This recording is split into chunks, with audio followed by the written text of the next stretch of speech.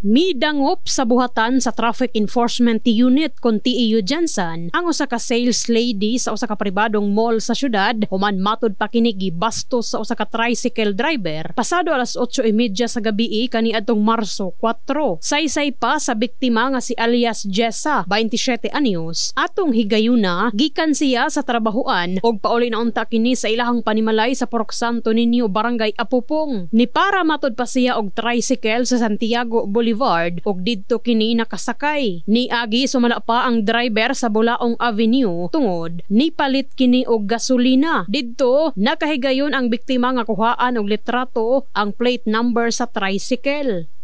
Bato wala gid ko nagdahom ma'am. Pag-abot na mo sa Sarmit diri sa Polytechnic. Pag-abot na ko dala ay sige kagbula sa kong cellphone habang na-travel mi pa Apupong. O na to nakuratan lang ko ma'am kay ipisit niya akong paa. Ihikap niya akong paa ba? Nandala pislit. Bato nakuratan ko. Unsa kaya? Kasi plano nimo ni anak ko. Unsa ka? Wait, ngunit makagpaa. Bato ningon siya wala. Nangutana lang ko ma'am kung isa na. Ha? Obvious ba? Kaya nakasaking ko ma'am.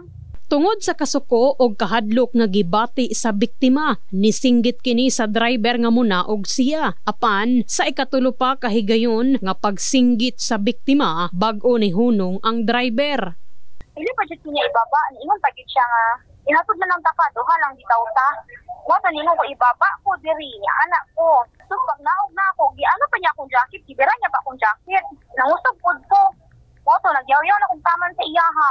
Nakaikyas matod pa ang biktima gikan sa bastos nga driver og misakay kini sa laing tricycle hangtod nga siya nakauli sa ilahang balay. Gani tungod sa trauma nga gibati, wala matod pa kini mitrabaho pagkaugma. Sa bahin sa kapulisan, gitrace na nila ang plate number sa tricycle og padayong giila ang lehitimong tag-iya niini. Giingnan ako siya nga kuan niya magpa-blatter siya sa station 2. Kay under to siya sa station 2. Tapos gina-verify na namo sa LTO ang kung kinsang owner ato ang tricycle para mabalaan na mo kung kinsang doon tawahan na o ma-identify na mo kung siya bagyod ang tag-iya atong tricycle or nanghulam lang siya.